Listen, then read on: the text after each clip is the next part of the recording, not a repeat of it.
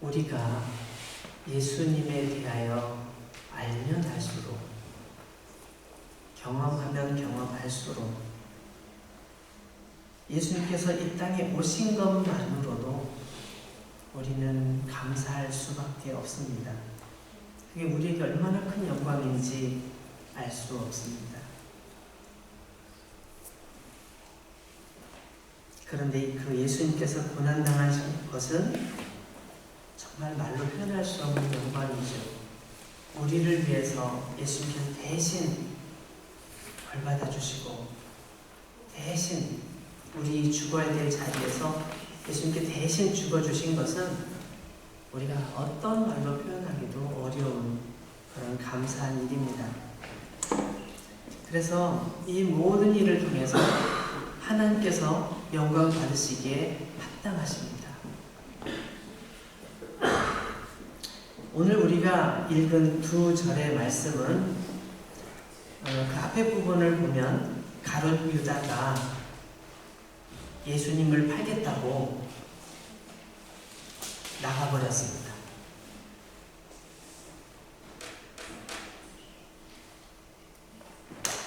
가룟 유다가 나가고 나서 예수님께서는 제자들에게 이렇게 말씀하십니다. 얘들아, 내가 잠시 동안은 너희와 함께 있을게. 내가 전에 유대인들에게 그런 말을 한 적이 있었지? 너희는 내가 가는 곳에 올 수 없어. 그렇게 말한 적이 있잖아.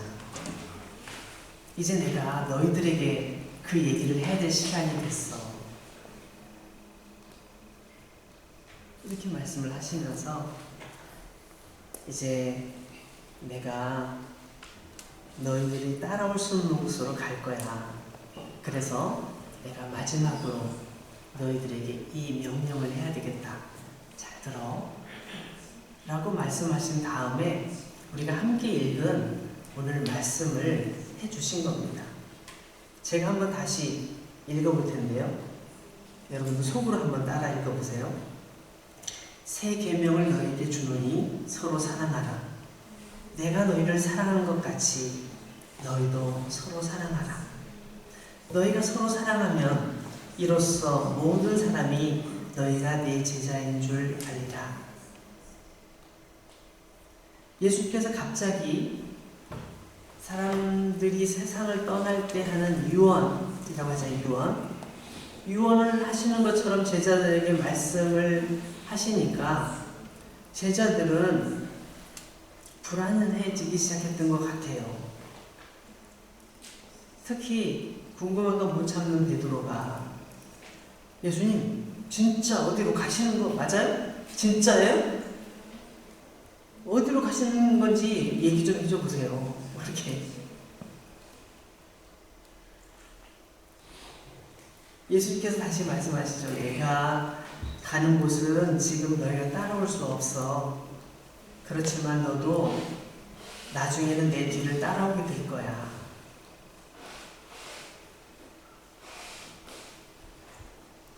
베드로가 굉장히 서운한 마음이 드러나요. 예수님, 저를 그렇게 부르세요? 여태껏 저를 보면서도 그렇게 말씀하시면 솔직히 섭한데요? 이런 느낌으로 아니 왜 그런 말씀 하세요? 왜 지금은 제가 따라갈 수 없다고 그러시는 거예요? 저를 모르세요? 저는 주님을 위해서 목숨까지도 버릴 거예요. 라고 예수님 앞에서 막 얘기를 하는 거죠.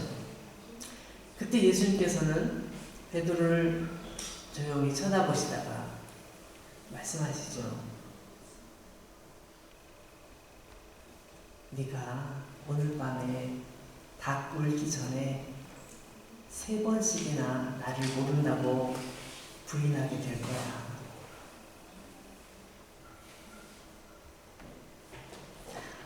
오늘 이 요한복음 이 뒷부분에는 나와 있지 않지만 마태복음에 보면 베드로가 거기서 그래요? 죄송합니다. 이렇게 말하지 않고 뭐라고요? 아니요. 그럴 리가 없습니다. 난 절대로 그렇게 하지 않을 거예요. 예수님 끝까지 갈 겁니다. 가서 끝까지 예수님을 보호해 드릴 겁니다. 막 이렇게 얘기하는 거예요. 그러니까 다른 제자들도 우리도 마찬가지입니다. 우리도 예수님 절대 배반하지 않을 거예요. 근데 어떻게 됐어요? 제자들이 한결같이 그렇게 얘기를 했지만 정말로 예수님께서 체포되셨을 때, 어려운 일 당하셨을 때 예수님의 제자들은 단 한 명도 남아있지 않고 다 도망을 쳤어요. 그 큰 소리 쳤던 베드로도 도망쳤고 다른 제자들도 다 숨어버렸어요. 어디로 갔는지 모르겠어요. 베드로가 예수님 위해서 목숨을 바쳐요? 아니었어요.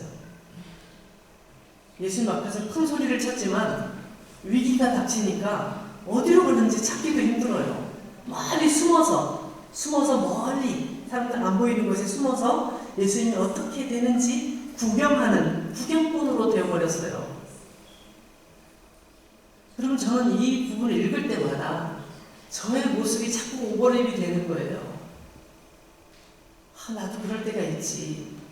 나도 사람들 앞에서 용기 있게 예수님 얘기를 못할 때가 있지. 예수님 말씀을 잘 알고 있지만 그 말씀대로 살려고 하지 않고 잘못된 생각이나 행동을 할 때가 나도 있지. 여러분, 우리가 하나님의 은혜를 경험하고 예수님의 사랑을 경험하고 그 은혜가 느껴질 때는 주님, 정말 제 생명을 다해서 주님을 섬길게요. 주님을 따라가겠습니다. 주님, 정말 열심히 살아갈게요. 그렇게 막 고백을 했는데 정말 어려운 일이 탁 닥치면 이거 어떻게 하지? 막 그러면서 정말 주님을 찾기보다는 막 내 다른 방법을 찾으면서 주님, 왜 이렇게 날 힘들게 하세요? 혹시 날 버리신 거 아니에요? 내가 이렇게 힘든 거 아세요? 모르세요? 왜 가만히 계신 거예요? 라고 불평할 때가 있단 말이죠. 또 반대로 요즘 소확행이라는 말 있잖아요. 소소한 것이긴 하지만 나의 행복을 주는 거, 작은 행복, 그런 것들. 작은 행복이 있으면 행복이 너무 만족스러워요. 너무 좋아서 그걸 행복해하면서 행복해, 너무 좋아 그러면서 주님을 잊어버려요. 그 행복에, 작은 행복, 소소한 행복에 빠져서 주님을 잊어버리는 그런 경우도 많아요. 그래서 예수님의 제자들의 모습을 보면서 이건 정말 예수님의 제자들 얘기뿐만 아니라 오늘 살아가는 우리의 얘기이기도 하다. 근데 그럼에도 불구하고 예수님께서는 그런 제자들을 이미 아심에도 불구하고 그들에게 이 말씀을 하셨다는 것이 너무 놀라워요. 뭐라고? 너희들이 그딴 소리를 해? 나는 못 참겠어. 이 배신자들아, 좀 있으면 너희들이 뭐 할지 내가 다 알아. 저 같으면 그렇게 말하고 싶었을 것 같아요. 근데 예수님께서는 그렇게 말씀하지 않으시고 얘들아, 서로 사랑해야 돼 라고 말씀하시는 거죠. 그래서 이 서로 사랑하라는 말씀에 대해서 한번 깊이 생각해 봤으면 좋겠습니다. 예수님께서 주시는 새로운 계명, 새로운 명령은 서로 사랑하라는 거예요. 여러분, 서로 사랑하라 그러면 제일 먼저 누가 떠올라요?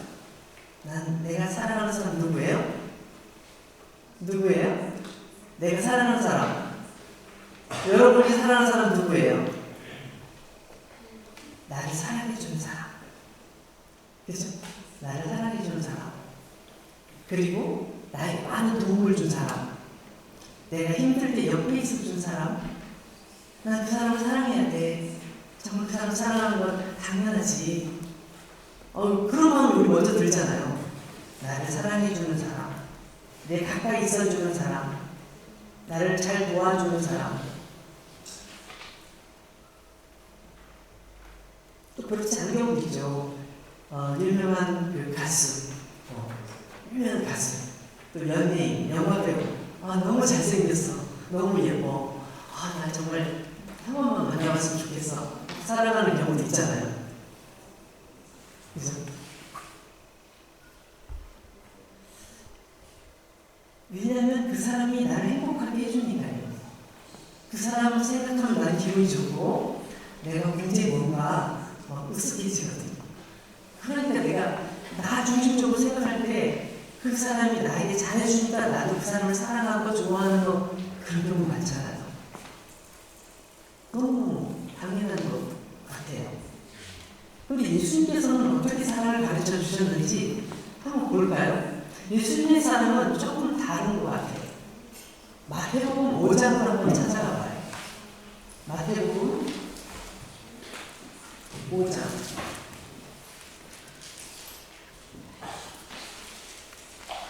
마태복음 5장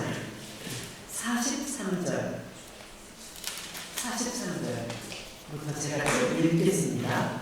예수님께서 사랑에 대해서 이렇게 말씀해 주셨어요. 또 내 이웃을 사랑하고 내 원수를 미워하라 하였다는 것을 너희가 들었으나 나는 너희에게 이르노니 너희 원수를 사랑하며 너희를 박해하는 자를 위하여 기도하라. 앞에 있는 43절은 너희가 늘 알고 있는 사람들이 들려줬던 얘기는 이런 얘기잖아. 내 이웃을 사랑하고 내 이웃을 이웃과 좋은 관계를 갖지만 그렇지만 내 원수는 미워해야 돼. 이런 얘기를 너희가 들었지만 나는 너희에게 말하기에 너희 원수를 사랑하며 너희를 못살게 하는 너희를 힘들게 하는 그 사람 있잖아. 그 사람도 사랑해야 돼. 그 사람을 위해서 기도해야 돼. 너가 정말 그를 위해서 사랑하는 마음이 안 생기면 그를 위해 기도하면서 하나님 나도 이 사람을 사랑할 수 있게 해주세요. 그 사람이 나를 힘들게 하지만 나는 그를 사랑할 수 있게 해주세요 라고 기도하라는 거예요. 45절 이같이 한즉 하늘에 계신 너희 아버지의 아들이 되리니 이는 하나님이 그 해를 악인과 선인에게 해주시며 비를 의로운 자와 불의한 자에게 내려주십니다. 하나님께서는 공평하셔서 악한 사람, 내가 미워하는 사람, 내가 싫어하는 사람에게도 비를 내려주시고 햇빛도 주신대요. 나에게 따뜻한 햇빛을 주시는 것처럼 그 사람에게도 따뜻한 햇빛을 주시고 나에게 비를 주시는 것처럼 그에게도 비를 주신대요. 자, 그 다음에 46절 너희가 너희를 사랑하는 자를 사랑하면 무슨 상이 있으리요? 세리도 이같이 아니하느냐. 그러니까 여러분을 사랑하는 사람만 사랑한다는 건 누구나 할 수 있다는 거예요. 나쁜 사람, 사람들이 저 사람은 나쁜 사람이야 라고 말하는 그 사람도 그렇게 하고 있다는 거예요. 47절 또 너희가 너희 형제에게만 무난하면 남보다 더하는 것이 무엇이냐. 그러니까 형제들, 가족들, 아주 친한 사람에게만 가서 인사하고 좋아하고 잘 지냈니 얘기하고 그러면 남보다 더 나은 게 뭐가 있냐는 거죠. 이방인들도 이같이 아니하느냐.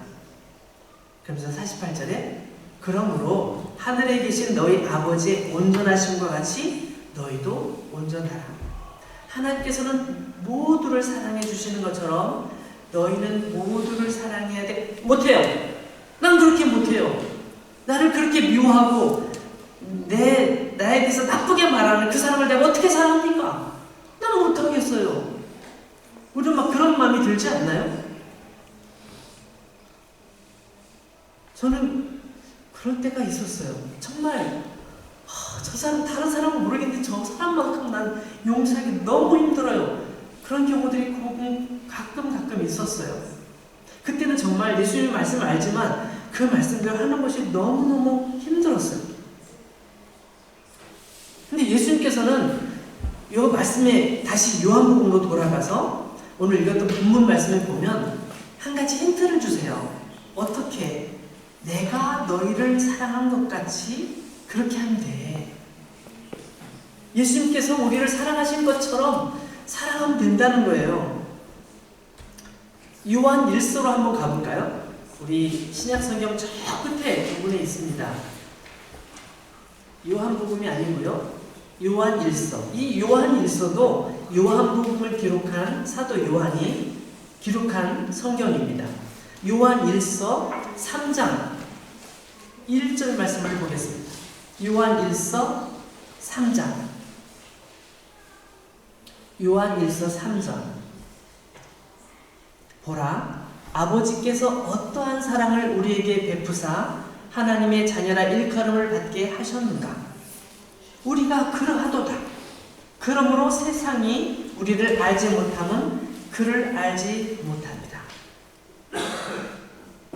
보세요. 보라, 아버지께서 어떠한 사랑을 우리에게 베푸사 하나님의 자녀라 일컬음을 받게 하셨는가. 여러분, 우리가 하나님의 자녀라고 우리 스스로를 고백하잖아요. 하나님, 저를 자녀 삼아주셔서 감사합니다. 그럼 어떻게 우리를 하나님의 자녀로 삼아주셨나? 그것은 하나님 아버지께서 어떠한 사랑을 통해서 우리에게 보여주셨다는 거예요. 그 어떠한 사랑이 뭐예요? 어떠한 사랑이 뭐예요? 그 하나밖에 없는 독생자 예수님을 이 땅에 보내셔서 우리를 대신에 죽게 하신 거예요. 사랑하는 아들을. 저는 이 말씀을 여러분과 나눌 때마다 막 속이 쭈삣쭈삣해요. 저희 아들 중에 큰 아들이 지금 한국에서 공부를 하고 있는데요. 요즘 한국은 북한과의 관계 속에서 계속 위험해요. 지금 남한에서는 그 전투 훈련을 하고 있고 북한에서는 그것을 싫어해가지고 미사일을 계속 쏴대고 있어요. 언제 전쟁이 일어나도 이상하지 않은 나라가 대한민국이에요. 세계가 그렇게 보고 있습니다. 북한에서 쏘는 미사일이 각도만 바꾸면 바로 남한으로 떨어지게 되어 있어요. 각도만 조금 바꾸면 남한에 있는 수많은 시민들이 죽을 수밖에 없는 위험한 나라가 대한민국이에요. 그래서 남한도 그것을 막기 위해서 지금 전투 훈련을 하고 그걸 막을 준비를 하고 있는 거예요. 근데 거기에 저희 아들이 가서 살고 있어요. 만약에 전쟁이 나서 무슨 핵폭탄이 터진다든지 무슨 미사일 공격을 해서 큰 폭격이 있을 때 그 속에 우리 아이가 있다고 생각해보면 막 소름이 쫙 돋아요.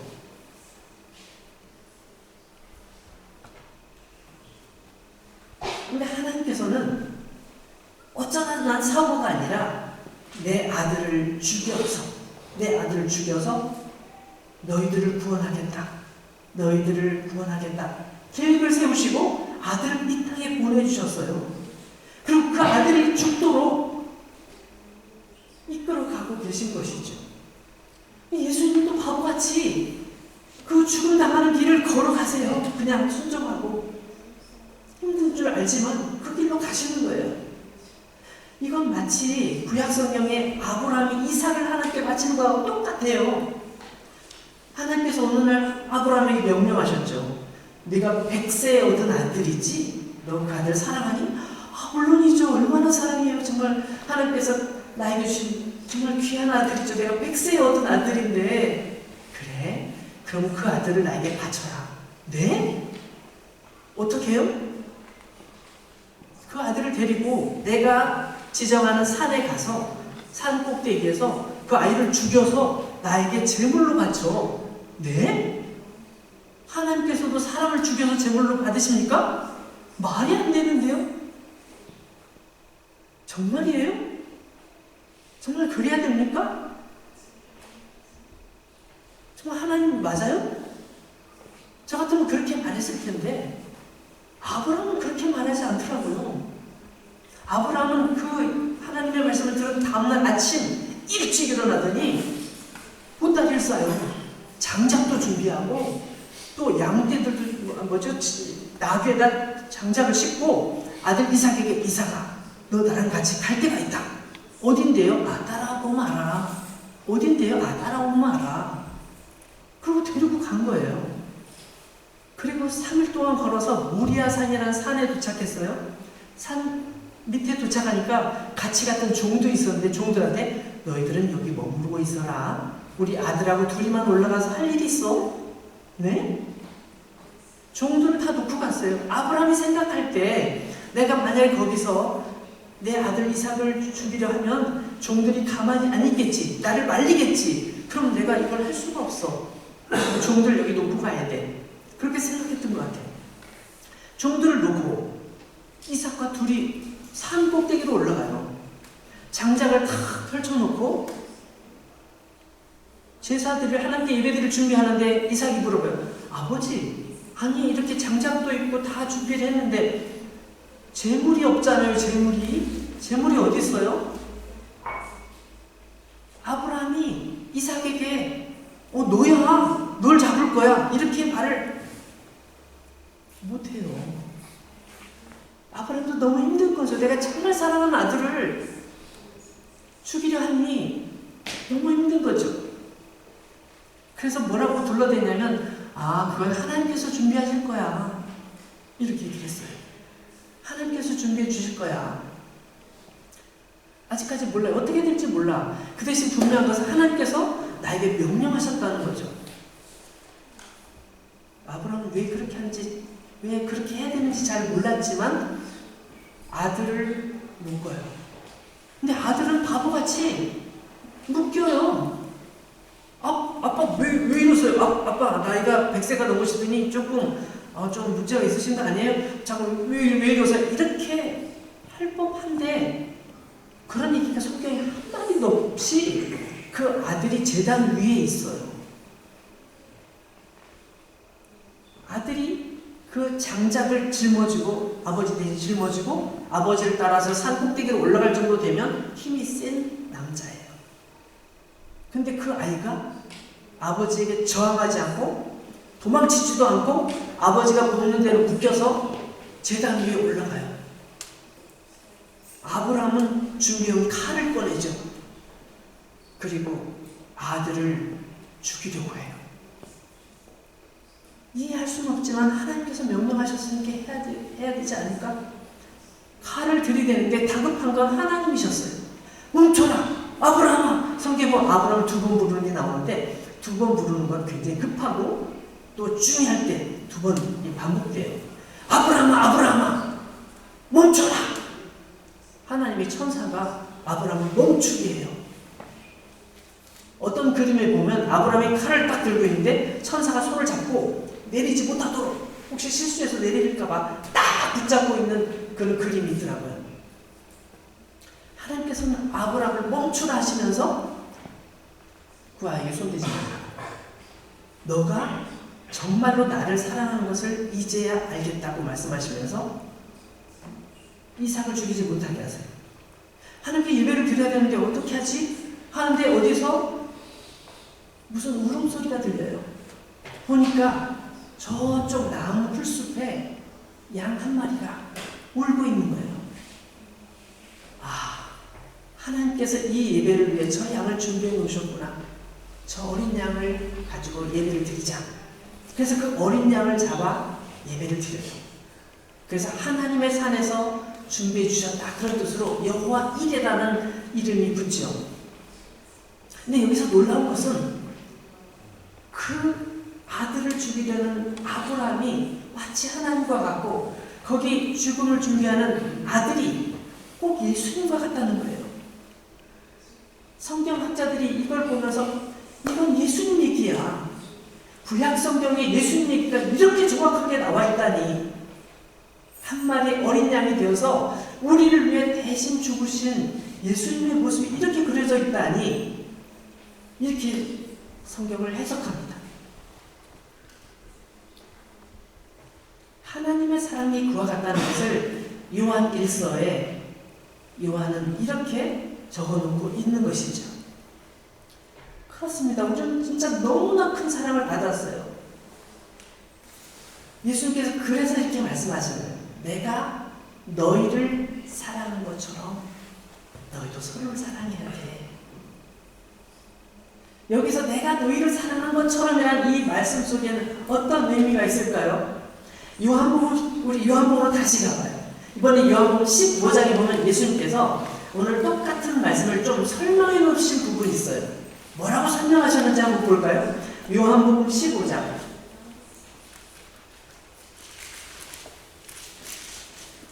요한복음 15장 12절 말씀부터 보겠습니다. 요한복음 15장 12절에 보니까 예수님께서는 앞에 말씀하신 걸 다시 이렇게 구체적으로 말씀해 주세요. 내 계명은 곧 내가 너희를 사랑한 것 같이 너희도 서로 사랑하라 하는 이것입니다. 사람이 친구를 위하여 자기 목숨을 버리면 이보다 더 큰 사랑이 없나니 너희는 내가 명하는 대로 행하면 곧 나의 친구라. 자, 여기서 친구라는 단어가 나와 있는데 예수님께서 우리를 친구로 불러주시겠다고 말씀하고 계신 거예요. 친구.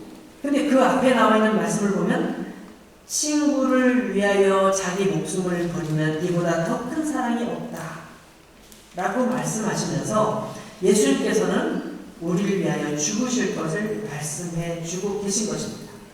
16절 말씀을 보실까요? 너희가 나를 택한 것이 아니요 내가 너희를 택하여 세웠나니 이는 너희로 가서 열매를 맺게 하고 또 너희 열매가 항상 있게 하여 내 이름으로 아버지께 무엇을 구하든지 다 받게 하려 함이라. 내가 이것을 너희에게 명함은 너희로 서로 사랑하게 하려 함이라. 자, 여기 보면 친구를 위해 죽을 만큼 사랑하다는 얘기가 나왔죠. 예수님께서 우리를 위해 죽으신다는 걸 이렇게 표현하고 계시면서 또한 우리도 친구를 사랑할 때 원수를 사랑한다 할지라도 그를 사랑할 때 내가 내 목숨을 버리는 것처럼 내 생명을 버리는 것만큼 그렇게 사랑해야 한다고 말씀하고 계신 것이죠. 내가 너희를 사랑한 것 같이 내가 너희를 위하여 목숨을 버리는 것과 같이 너희는 사랑을 그렇게 해야 되는 거야. 여러분 남자와 여자가 서로 눈이 뽕물소리 행복해. 난 저 사람하고 평생 같이 살고 싶어. 그게 결혼하는 거잖아요. 남자든 여자든 서로. 그런데 살다 보니 어려운 일이 닥쳤어요. 너무 힘든 일이야. 정말 원수가 따로 없어. 막 이런 생각이 들었어요. 그럼 어떻게 해야 돼? 원수가 따로 없으니까 헤어져야 돼. 그러면 더 서로 사랑하고 희생하고 서로를 이해하려고 노력하고 왜 그랬을까? 서로를 이해하려고 노력하고 애쓰고 기도하고 그러면서 그 사랑을 계속 이어가는 것이 하나님의 뜻이잖아요. 근데 세상에서 안 그래요. 안 맞는 것 같은데? 세상에 많은 게 남자야. 세상에 많은 게 여자야. 꼭 그 사람과 평생 어떻게 살아? 세상에서 그렇게 가르쳐줘요. 그래서 성경에서는 그렇게 가르쳐주지 않죠. 예수님의 사랑은 희생이에요. 자기를 희생하시되 죽기까지 희생하시는 거예요. 예수님의 사랑은 용서예요. 복수의 칼을 가는 것처럼 정말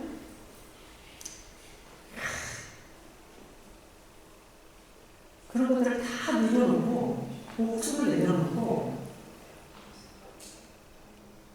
사랑하는 거예요. 저는 그 영화 중에 아무 생각 없이 영화를 보고 싶을 때는 그냥 눈에 보이는 영화를 보는데 이렇게 보다 보면 그 좋은 영화들 많잖아요. 뭐 마동순가 뭐 유명한 이렇게 진짜 그 사람이 너무 멋있어요, 사실. 그래가지고 저는 마동순 맞아요? 마동석 마동석. 네. 한 방에 딱 치면 막 나가더라고요. 근데 그런 영화를 보다 보면 항상 느끼는 게 뭐냐면 어떻게 저런 영화들은 복수를 정당화할까? 복수하는 것이 정당한 게 것처럼 느껴지고요. 그 영화를 계속 보다 보면 끝날 때 정도는 속이 후련해져요. 왜냐면 복수를 했기 때문에. 복수를 하는 게 속이 후련해. 그러면서도 이건 아닌데 이런 생각이 자꾸 들어요. 성경에서는 예수님께서는 복수를 가르치신 적이 없어요. 복수를 가르치신 적이 없어요. 누가 오른쪽 뺨을 탁 때리냐? 사람들 다 보는 앞에서 오른쪽 뺨을 딱 때려? 그럼 왼쪽 뺨도 돌려도 돼. 왼쪽 뺨을 딱 때려? 오른쪽 뺨도 돌려도 돼. 누가 1km를 같이 가자고 해? 그럼 2km도 같이 가죠. 속옷 그 티를 달라고 해? 그럼 겉옷, 이런 겉옷도 줘. 이게 예수님의 말씀이었거든요. 예수님의 방법, 사랑의 방법이고 예수님의 방법이에요.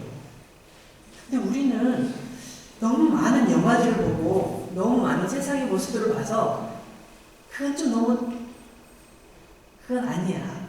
좀 시원하게 복수를 해야 뭔가 후련하게 느껴지는 그 카타르시스를 느끼는 거예요. 이거 굉장히 잘못된 거예요. 그래서 우리가 기도할 때 말이죠. 하나님 정말 저 사람 원수예요. 예수님 원수를 용서하라고 하셨죠. 정말 원수예요. 용서하고 싶은데 막 안 되잖아요. 아 진짜 못하겠어요. 우리 그렇게 기도할 때 있잖아요. 그래도 기도해야 돼요. 왜냐하면 예수님께서 우리에게 선물을 주셨어요. 성령님을 선물로 보내주셨어요. 우리가 기도할 때 성령님께서 우리의 마음에 찾아오셔서 우리의 마음을 만지시면 우리의 마음이 부드러워지면서 그를 이해하고 용서할 수 있게 되는 거예요. 그래서 우리가 기도해야 돼요. 기도해도 안 돼. 그거는 기도를 조금 한 거예요. 기도를 좀 더 해야 되는 거죠. 하나님께서 원하시는 예수님께서 말씀하신 그 말씀이 무엇인지를 내가 이해하고 예수님 마음을 내가 가질 수 있도록 기도하는 거예요. 저는 저 사람을 정말 용서하기 힘들어요. 정말 안 돼요. 내 힘으로는 도저히 안 되겠어요. 근데 주님께서 내게 능력을 주시면 내가 할 수 있을 것 같아요. 오늘 저에게 힘을 주세요. 이렇게 기도하는 거죠. 솔직하게. 주님 저를 저 사람을 용서합니다. 그러다 용서되는 게 아니라 주의 성령께서 내 마음을 붙들어 주셔서 내 마음이 저 사람을 이해하게 해주시고 용서하게 해주세요.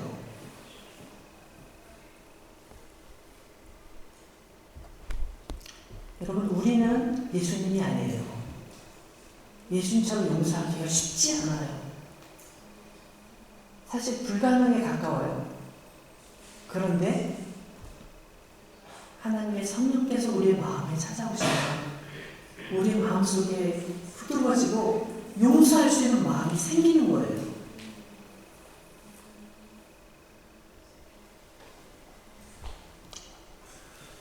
제가 로마서 8장 26절을 읽어볼게요. 이와 같이 성령도 우리의 연약함을 도우시나니 우리는 마땅히 기도할 바를 알지 못하나 오직 성령이 말할 수 없는 탄식으로 우리를 위하여 친히 간구하시느니라. 맞아요. 우리는 연약해서 아무것도 잘 못해요. 용서도 못하고 어떤 때는 기도도 안 될 때가 있습니다. 그런데 성령님께서 우리의 연약함을 도와주시기 때문에 우리가 뭔가 기도해야 될지 모르지만 기도하는 방법을 가르쳐주시고 기도할 수 있는 마음을 주시고 기도하다 보면 우리 마음이 부드러워져서 정말 진짜로 그를 용서하는 마음이 생기는 거예요. 여러분 이지선이라는 분 아세요? 굉장히 청년 때 굉장히 예뻤어요. 어렸을 때 예뻤어요. 근데 차를 타고 가다가 교통사고가 났는데 차가 폭발하면서 온몸에 불이 붙었어요. 온몸에 불, 얼굴에 머리가 다 불이 붙고 얼굴이 다 녹아버린 거예요. 녹아버렸어요. 살아날 수가 없을 만큼 정말 비참한 상황이 됐는데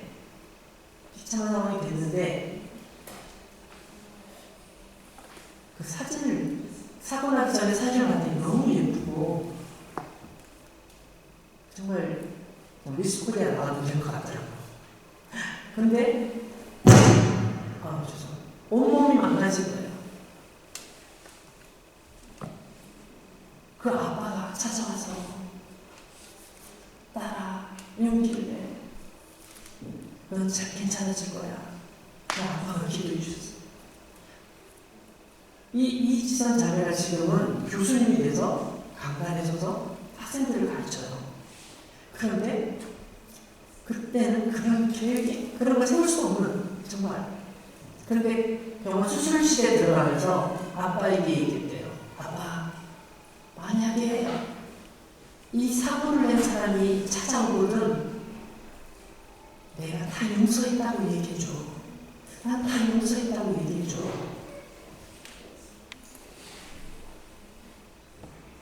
그 사고 낸 사람이 찾아왔을까요?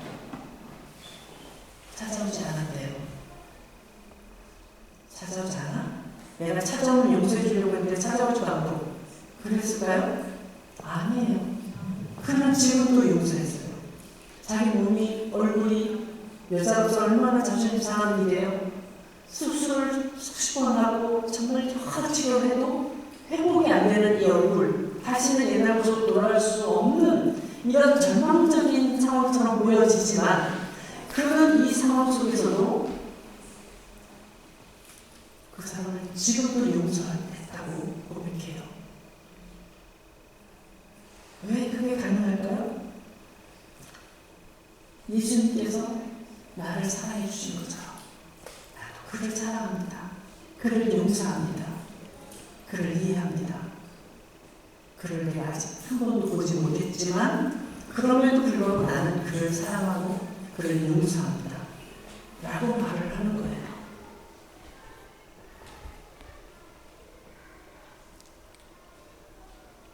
오늘 우리 받은 말씀을 한번 다시 돌아가 보겠습니다. 35절 말씀을 보면 이렇게 나와 있어요. 너희가 서로 사랑하면 이로써 모든 사람이 너희가 내 제자인 줄 아리라. 나 예수님 믿어요. 말할 필요 없습니다. 나 교회 다녀요. 나 착해요. 말할 필요 없어요. 그런 말은 필요 없는 거예요. 아무도 그 말 믿어주지 않을 거예요. 여러분이 만약에 예수님 말씀처럼 살지 않는다면 아무도 믿어주지 않을 거예요. 예수님 뭐라고 그러세요? 너희가 서로 사랑하면 이로써 모든 사람이 너희가 내 제자인 줄 알게 될 거야. 말하지 않아도 알게 될 거야. 혹시 예수님 믿으세요? 혹시 교회 다니세요?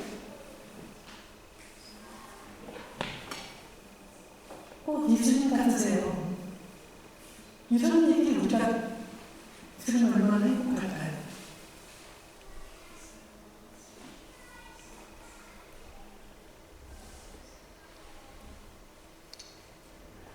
여기 서로 사랑하는 말이 있어요. 서로라는 말은 혼자는 사랑하기 너무 힘들어요. 그렇죠? 서로 사랑하면 사랑을 더 잘할 수 있어요. 우리가 공동체 안에서 서로 사랑하면 내가 혼자 하는 사람보다 더 잘할 수 있어요. 서로 사랑한다는 것은 각자의 서로 약함을 인정하고 내가 약한 것처럼 그들도 약합니다. 내가 실수를 하는 것처럼 그들도 실수를 하는 거죠. 비록 나에게 힘들게 하지만 당신이 어느 순간 그걸 깨닫고 실수라는 것을 알게 되는 날이 있을 거예요. 나는 나의 연약함을 알기 때문에 당신의 연약함도 용서할게요. 이게 서로 사랑하는 거예요.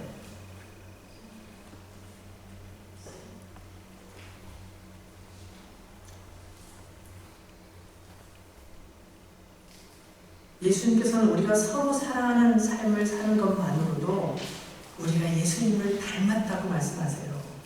서로 사랑하면 넌 예수님 닮은 사람이야 라고 예수님께서 인정해 주신다는 의미가 담겨 있는 거예요.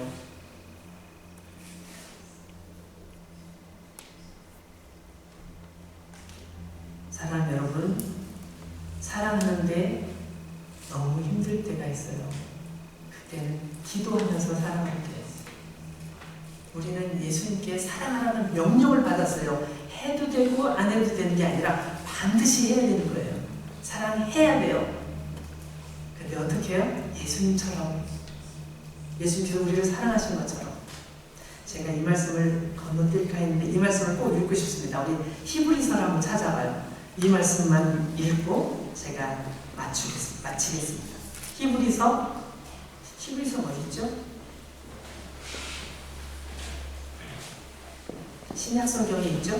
신약성경 저 뒤쪽 히브리서 10장 23절부터 제가 25절까지 읽겠습니다. 아마 성경을 이 시간에 안 찾으면 되게 지루하실 거예요. 그죠? 보이지도 않고 듣기만 좀 지루하죠? 다음에 오실 때 성경을 꼭 가져오시고 성경 없는 분은 반드시 앱을 까세요.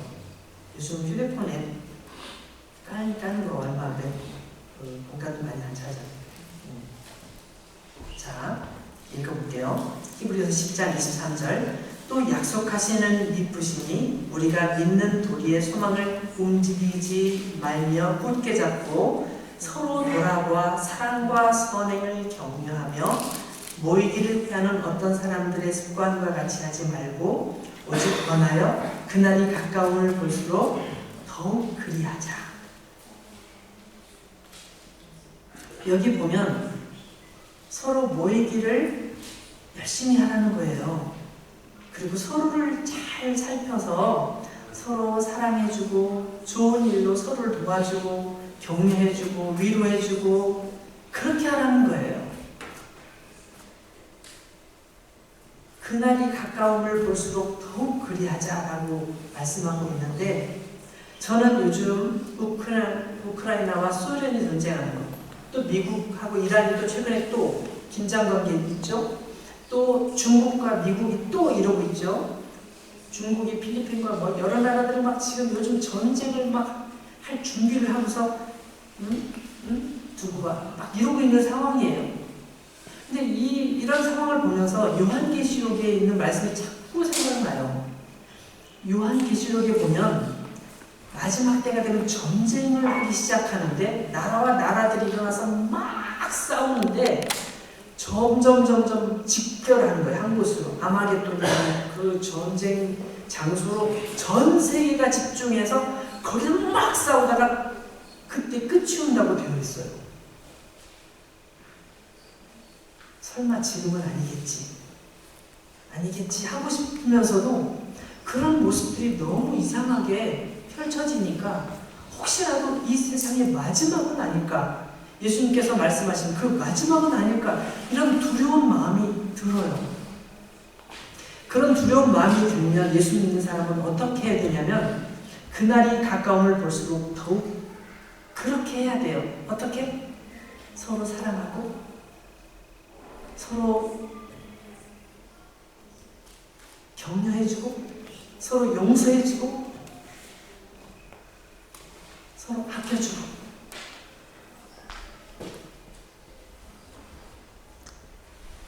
그것이 바로 하나님께서 원하시는 모습이고 예수님께서